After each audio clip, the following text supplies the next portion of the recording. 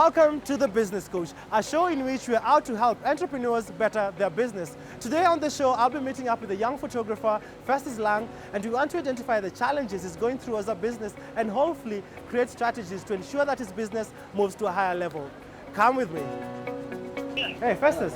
Yes. I'm here at Chaveta Court. Where are you? Never shared with anyone. This is the first time I'm saying it out loud. So my mom passed on when I was pretty little, when I was 2 years. So everything I know about my mom, mostly I've seen it, especially the physical appearance and all that, I've seen in photos. So that just got me thinking, like, if there was no photographer who took those photos, I wouldn't remember my mom's face. So that gave me a challenge. I felt like I need to be one of those guys who will help others like me remember events and things that happen and don't last forever. So I wanted to make, if you have an event or if you have something happens to you, we want to preserve that, and that's how I came up. I came up with this phrase where I say, I freeze moments, because that's what we do, we freeze moments for life. So that's how I got into photography. So how do you market yourself to your audiences and potential clientele? Being a young person and in freelance, in a society where marketing is quite expensive, I decided one thing. I promised myself that I will not, the little money I get, I decided that one I'll accumulate that and invest that in equipment. So I swore to myself to never spend a single cent in marketing. So how are you making yourself visible? No, this is the thing, eh? This is the thing. So what I did, I decided to get into an agreement with, not really an agreement, it's like a beneficial, a mutual relationship with. So what I did, I got in touch with a couple of celebrities. Like I can mention one is Larry. Larry has really helped me when it comes to marketing and all that. So what I did, I decided to invest my time in growing my skill, so that when I do something, I give it my all, so that job gives me referrals, and then that's one way, referrals. Another one is my celebrity friends help me by, I can go to the events, or I can just do portraits, a few photos with them. When they post, they give me credit. When they give me credit, their followers will check out my page and all that, and that's how I've been getting my business. So how much do you charge for a photo shoot? Like the one we just had earlier on in the show, how do you charge for that? Yeah, so that's interesting. Sometimes it depends with the client. The reason I'm saying that is, you can come and say you'll charge, like for example, let's say you'll charge 5,000. That's an example. That 5,000 to someone, to a certain person, it will be quite affordable. It will be cheap. For other people, it will be too much. For me, what I do, I always say I'm everyone's photographer. So for me, if I say, yeah, this is the thing. This is the thing. I know it's a big challenge. It's a big challenge, but this is the thing. For me, what I do, I like my tag says, we freeze moments. I like to help everyone freeze their moments. So for me, most of the times, money is not the biggest factor that drives me to do a certain shoot. One thing I can, so some people come and tell me, hey, boss, that's you're a bit too expensive. But I really wanted you to do my shoot. So I just tell them, so this is my pricing. I'm charging like this because of this and this and this. Customer segmentation. Which customer should you focus on as a business? Everyone cannot be your client, therefore knowing your customer is a critical element of any business. In order to know your customer segmentation becomes key. Segmenting entails clustering your customers into groups according to their similarities in profile. The volume of goods to be sold and the price of the product are the main determinants of differentiation. They are both graded as either high or low.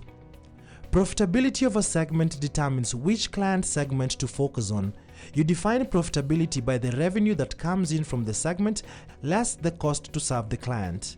Using milk as a product example, under the high price, high volume would probably be a professional. Under the high price, low volume would probably be the elderly. Under the low price, low volume would probably be experts.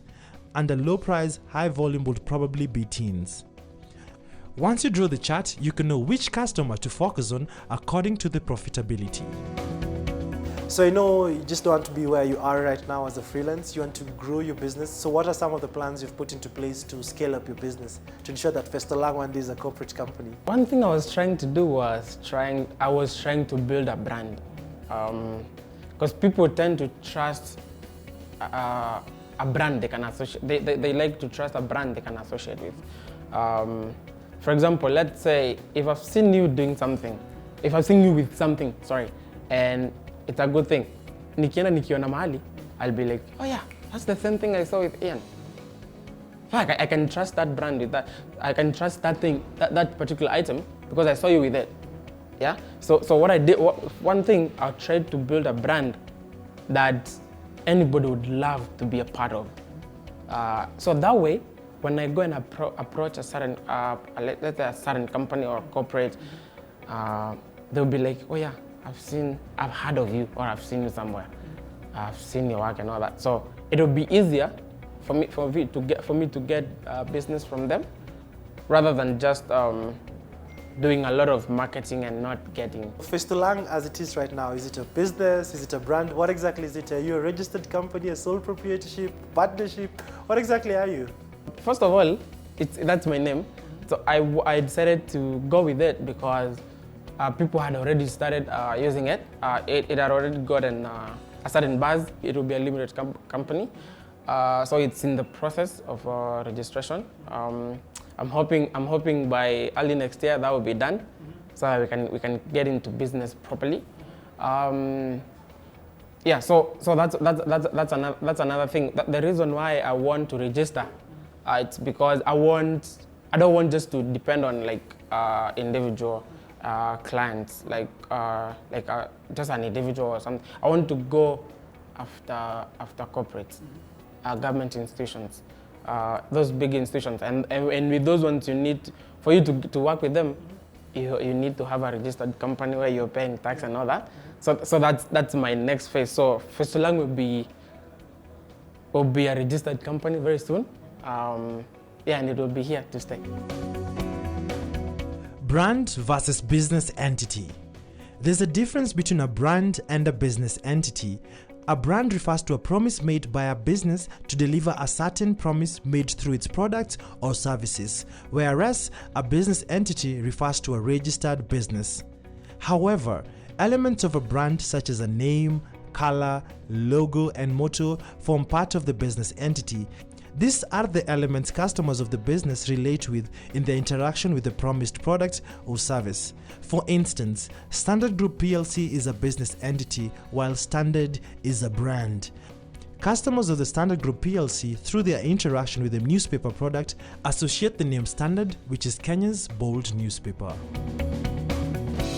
In this particular business, who exactly do you consider as your competitor? I know so many people out there call themselves photographers, but who exactly do you consider yourself as your competitor? Out of every 10 Instagram accounts of young people who live in Nairobi, like 2 of them are photographers.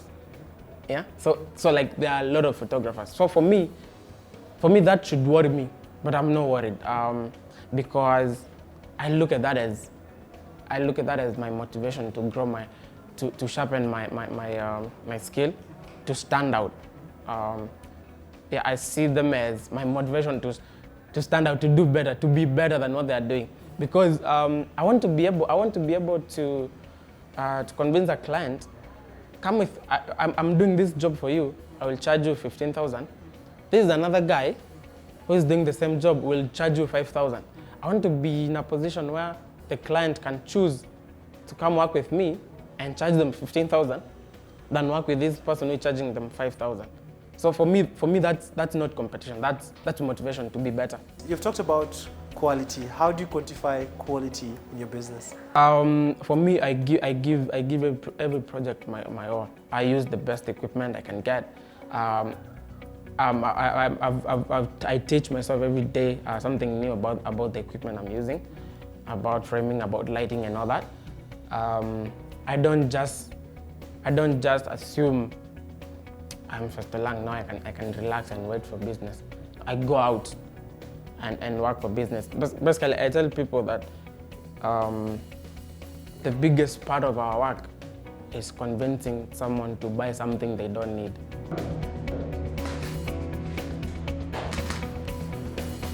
So from the conversation I've had with Festolang, I've identified some of the challenges he's going through as an entrepreneur. So after the break, I'll be linking Festolang to one of the highest rated photographers in the country.